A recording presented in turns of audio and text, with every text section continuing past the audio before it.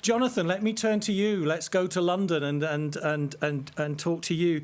As the head of sustainability of the IAG Airlines, I know that you've been pioneering a lot of things on alternative fuels and things like that. But with the current crisis, I mean, how have you managed to keep focused, and has the agenda managed to advance, or have things slowed down?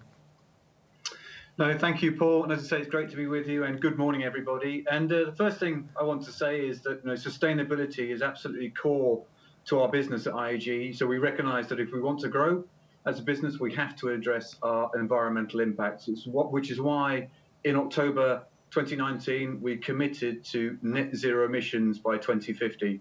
And I'm very happy to say that during 2020, despite the pandemic, we are very happy to have played an active part in further commitments made by industry groups. So in February, there was Sustainable Aviation UK, which is a consortium of the 30 major aviation companies in the UK committed to net zero emissions by 2050. Then in September, the One World Alliance, representing 20% of global aviation, also committed.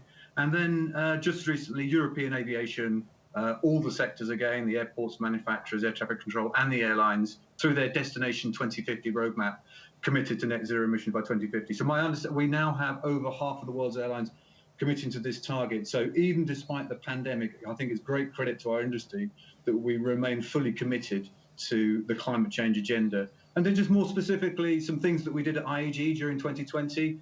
We made 3 sort of additional commitments. We put further investment into our flagship Sustainable Aviation Fuels project with Velocis, which also achieved planning permission for its first site here in the UK.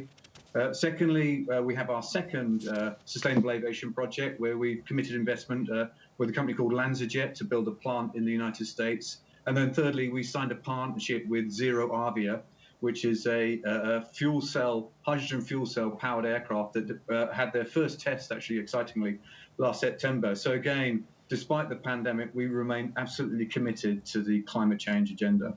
Great. Well, thank you, Jonathan.